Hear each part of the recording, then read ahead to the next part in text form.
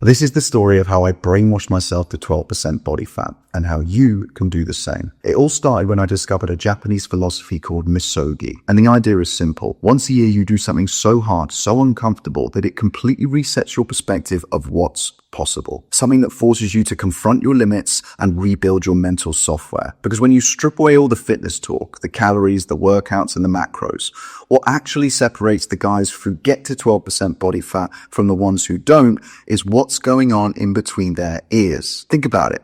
We all have access to the same information. We all have YouTube, we all have Google, and we all have ChatGPT. But most men will spend their entire lives avoiding discomfort. At the time, it feels great. It feels like the right thing to do. But comfort kills growth. So I decided to take the concept of misogi and apply it to my own fitness journey. Not just my fitness journey, but my entire life. I set myself a massive challenge that would completely change how I thought, how I ate, how I moved, and how I acted. And as soon as I did, it made me realize that the current version of myself wasn't capable of achieving the big goals that I set. It gave me clarity on who I'd have to become and what I would have to sacrifice. It made me realize that I couldn't let myself live by how I felt. I had to do what I had to do, whether I wanted to or not. I had to say, my feelings. Because before you have to do. And before you do, you have to be. Be, do, have. And if you're struggling with the concept,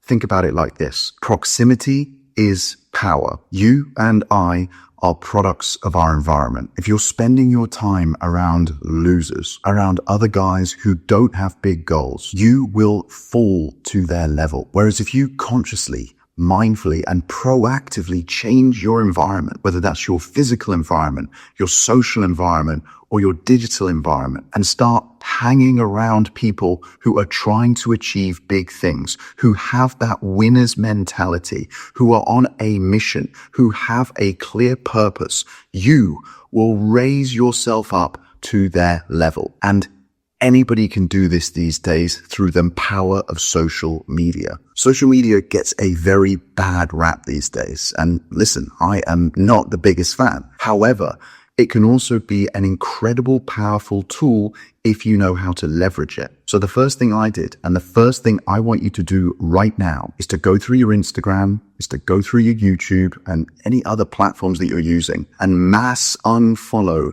anyone who is bringing you down or just putting negative energy out into the world. And then I want you to find 5 or 10 guys who are doing big things, who are living the life that you want to live. Because even though you can't necessarily be in the same room as these guys, I promise you, you will start to absorb their energy and start to act, think, and believe the same things they do. In other words, you will start to be influenced by them. We all have these amazing smartphones in our pockets. Hey, you're probably watching this video on it right now. It's an insane tool, and we're the first generation who has access to this. In 50, 100, 1,000 years' time, people will look back in envy at us and think, gosh, I wish I could have been at the cusp of this technology. But the reality is 99% of guys are using it in the wrong way. And after I did that, I was ready to start my mission. But I knew I wasn't going to get what I wanted with quick fixes and fad donuts. I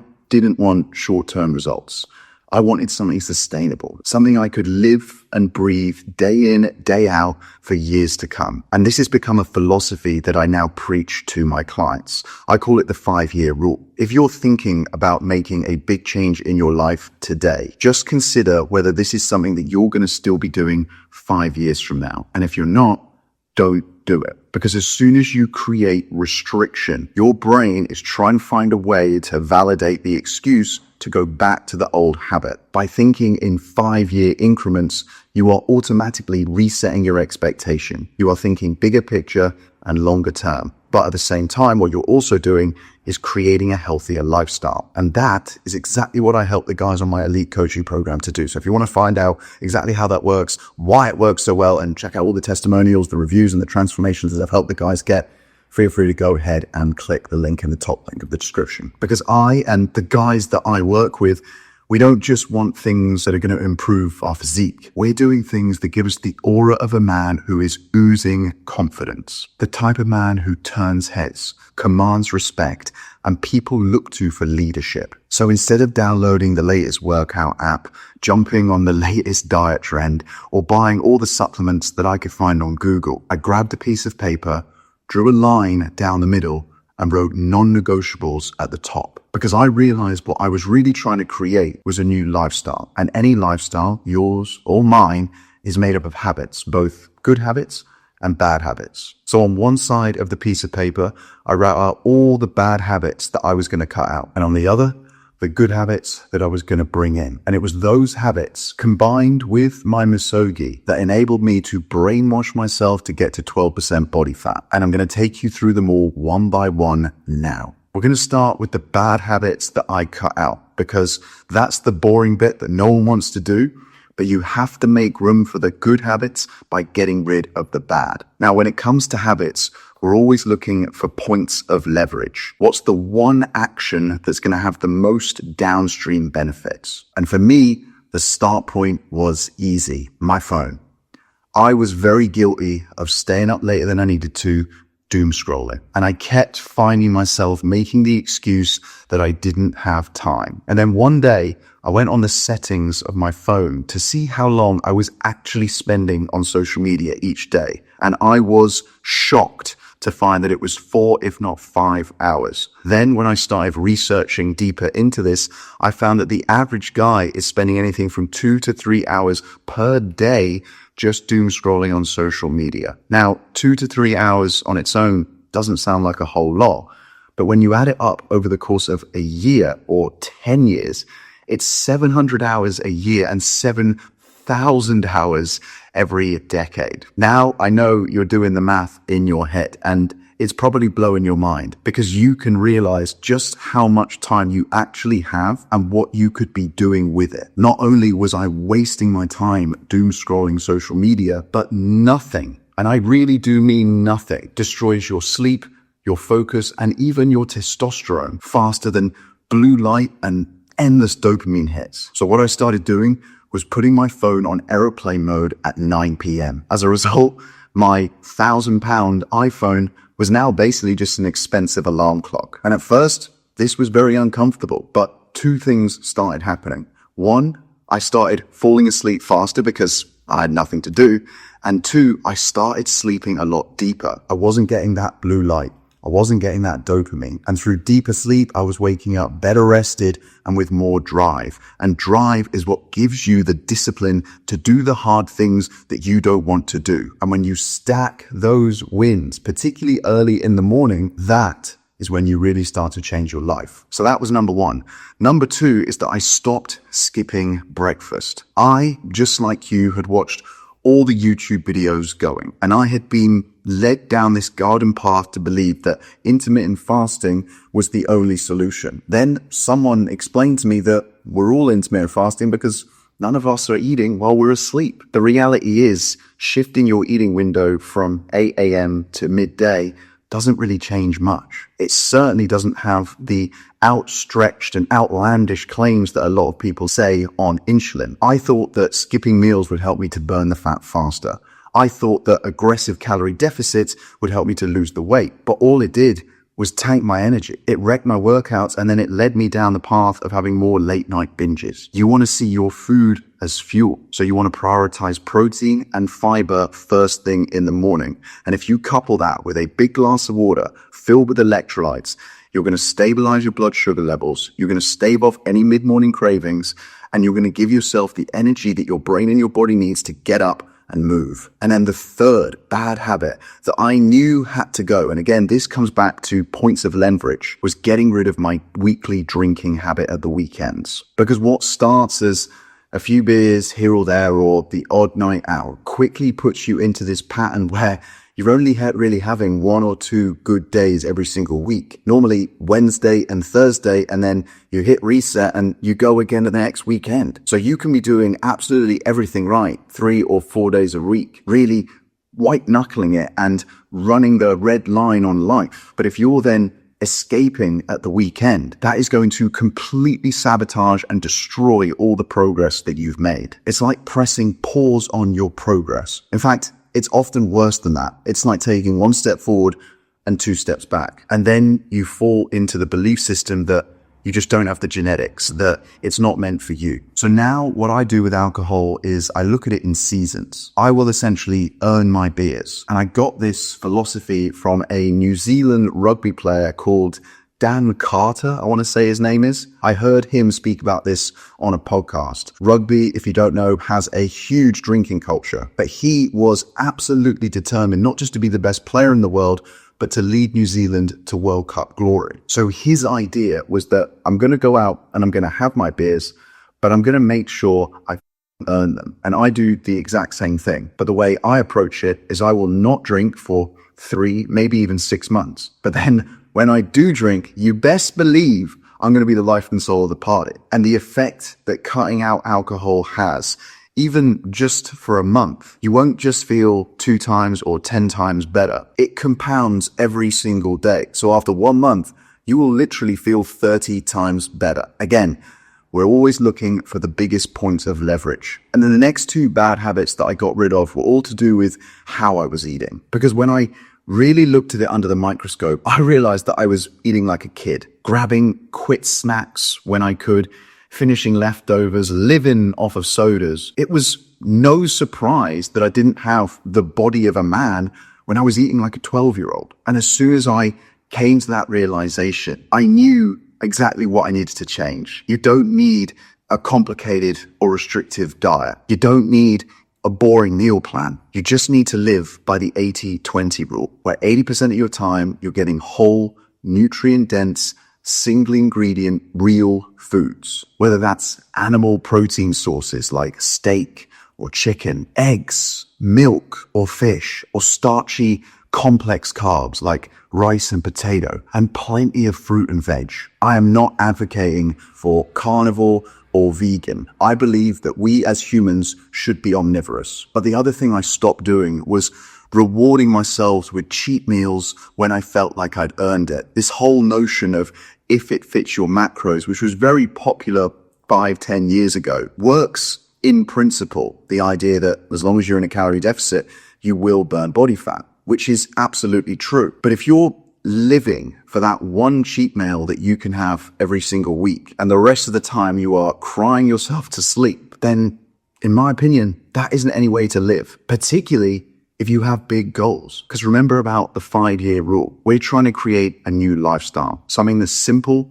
something that's sustainable, something that's repeatable. So that's not to say that I never eat out or I won't ever have a McDonald's. I will just make sure that it's very rare. And then the other 20% of your diet wants to come from foods that you love and look forward to. I refer to these as cheat code snacks. And I'll put the 9 that I've discovered and have worked for me and some of my clients on the screen right now. This can be anything from the zero sodas, dark chocolate, or Halo Top ice cream. It doesn't even have to be Halo Top. There's plenty of competitors to it.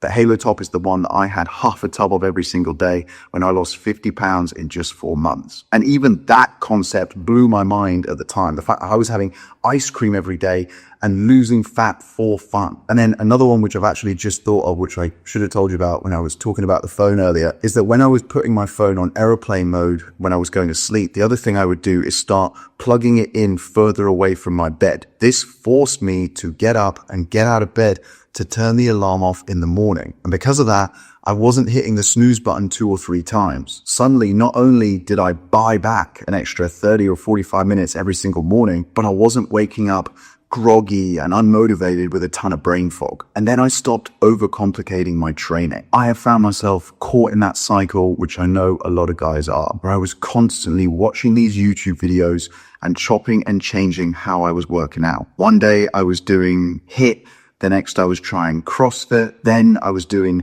heavy squats, but all the meanwhile, I wasn't mastering the basics and I wasn't progressively overloading. I wasn't tracking my workouts. I didn't have any intensity during my sessions and there was no intentionality. But when I stripped it all back and followed a structured program, my results exploded. And then coupled with that I started taking recovery seriously, because you can put all the hard work that you want in the gym, but that's not when your muscles grow. Muscle growth comes down to three things: sleep, protein, and resistance. Most guys are just doing the resistance, i.e. pushing themselves, lifting the heavy weight in the gym. Maybe they're doing the protein, but they're certainly not doing the sleep. But if you are serious about building the physique that you want, about dropping your body fat at the same time, then you need to be mastering all three. And then last but not least, and one that a lot of people don't like to talk about, but I am a firm believer is so important, is negative self-talk. In fact, I'll tell you a funny story that maybe you'll be able to relate to. A client of mine called Chris, I noticed in his check-ins each week, he kept using the word just. Now on the surface, you're thinking, well, who cares? That's a pretty normal word and we use it all the time, right? But the word just is very validating. When you say it to yourself, you are validating the excuses that you are making. You are essentially saying to yourself, it's okay. And truth be told, I used to be the worst for this. I don't know if any of you guys watching this can relate to this, but my anxiety always peaks in the morning. And as a result, the negative self-talk comes with it. But if I allow that negative self-talk to infiltrate my brain early in the day, not only does it put me in a bad space of mind, it keeps me there for the rest of the day. And then how I do things, how I interact with people, it's all done with this negative energy. So I had to cut it off at the source. I didn't block it out. I heard myself say it, and then I transferred how I'd said the story. I turned the negatives into a positive. This is a skill, and if you get good at it, it becomes a superpower. Those are all the bad habits that I cut out. And after I did that, now I had space for the good. So here's what I did. First things first, I set myself up with an effective morning routine: a 45-second cold shower, 50 push-ups, electrolytes, protein and fat, and movement, whether that was a morning workout or just getting some steps in. Not only did this bring my mind out of the negative space that it was in and into a more positive one, but it meant that I was doing the hardest thing in my day first. And after that, everything gets easier. It wasn't about perfection.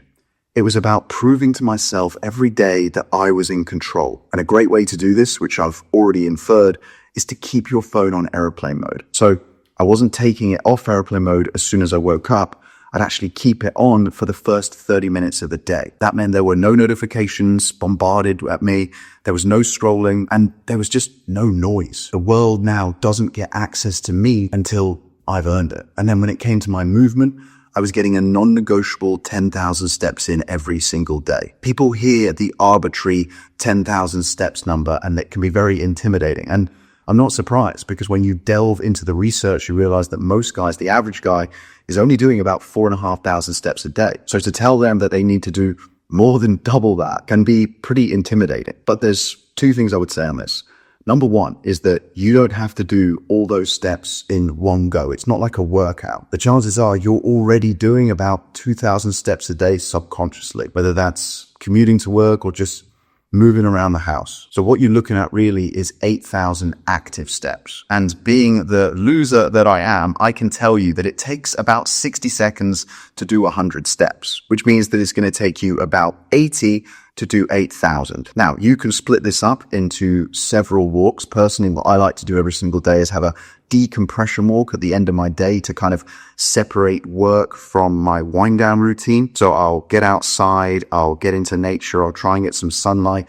I won't take my phone with me, or if I do, I won't be looking at it. I'll listen to a podcast, an audiobook, or just some music to unwind. Or you can try the hack, which I've spoken about on previous videos and I've told a lot of my clients about, where you set an alarm on your phone every hour of the working day. And then each hour you get up and move around for 10 minutes. 10 minutes times 8 hours is going to mean 8,000 steps. But this became a complete non-negotiable for me. Whether it was raining, whether it was sunny, whether it was a work day or the weekend, it just didn't matter. The movement became my baseline. On top of that, I was lifting 3 to 4 times a week. Nothing fancy, just compound movements, progressive overload, and consistency. Someone left a comment on one of my videos the other day asking about a very specific training modality. They wanted to know whether this training modality was better than this one. And my answer to them was, It depends. It depends on your goals, but more importantly, I think it depends on whether you enjoy it. Because the reality is you can get incredible results doing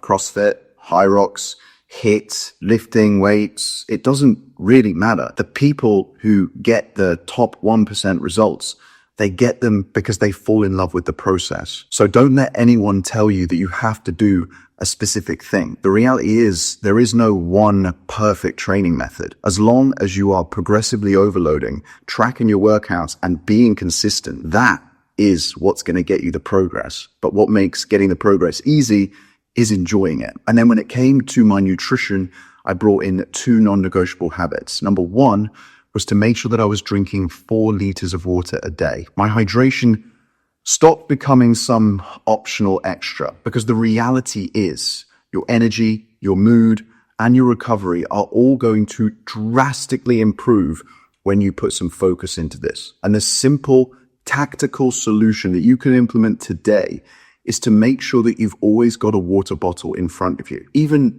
talking about water right now is making me thirsty. But the problem with thirst is that by the time you are thirsty, it's too late. You're already dehydrated. And it only takes your brain to be 1 to 2% dehydrated for it to start shutting down essential processes in your body. And that is when lethargy kicks in. That is when it becomes very appealing to lie on the sofa for 8 hours and go on a Netflix binge. So if you want to brainwash yourself to get to 12% body fat, look after your brain. And then the other thing that I did was to make sure that my last meal of the day was 3 hours before I went to sleep. That's because digestion is a metabolic process, and any metabolic process raises your heart rate. But if you want deep, high quality sleep, you need your heart rate to be at a low resting level. So by doing this, I was getting better digestion, better sleep, and it meant I was optimizing my testosterone. When you do that, you have more drive, which makes discipline all the easier. People always say to me, how are you so disciplined? How are you so consistent? It comes back to these lifestyle interventions. There is no specific diet. There is no specific workout program. I'm thinking big picture, I'm thinking long term, and I'm keeping my misogi in mind. And then last, but certainly not least, was that I tracked everything, whether it was my calories, my steps, my workout, my sleep, how much water I was drinking, not to be obsessive, but to hold myself accountable. Because as you know, what you don't measure, you can't manage. And I also have the data from being in a privileged position where I've coached 500 guys over the last 7 years to tell you that the ones who track their data, not only do they get the better results, but they enjoy the process a lot more. Why? Because they can see the progress that they are getting through the data that they are tracking. Think about it. If you're tracking your calories in an app like MacroFactor or MyFitnessPal, and you can also see your weight coming down on the scale, your brain loves that correlation. Equally, if you are tracking your lifts in a gym and you can see the muscles building and you can feel yourself getting stronger, that is another point of correlation. And what this comes down to is that your brain loves patterns. It loves patterns and it loves predictability. So even though you might think tracking your calories or tracking your workouts is onerous and hard work and time consuming, the reality is that is just an excuse that you are giving yourself. Once you get into the swing of tracking your food, it doesn't take any longer than 5 minutes a day, but it gives you outsized results. And it teaches you a valuable skill that, in my opinion, we should be teaching our kids in school, because there is no secret with this stuff. It's not about being perfect. It's about being consistent. You will mess up just like I did. You will fall off just like I did. But that is normal because you're a human being. But as long as you remember that your habits, good or bad, will compound over time, and you realize that the longer you do them and more consistent you are with them, then the better the results that you will get. But the best habit, and the one that is definitely not spoken about enough, is patience. You have to be patient and you have to give this a chance to take effect. But remember, you're building a new lifestyle. You're thinking through the lens of the 5-year rule. If you know it's not going to work for you in 5 years' time, then don't do it now. You're not chasing quick wins anymore. You're chasing long-term, sustainable results. And that, gentlemen, is how you brainwash yourself to get 12% body fat.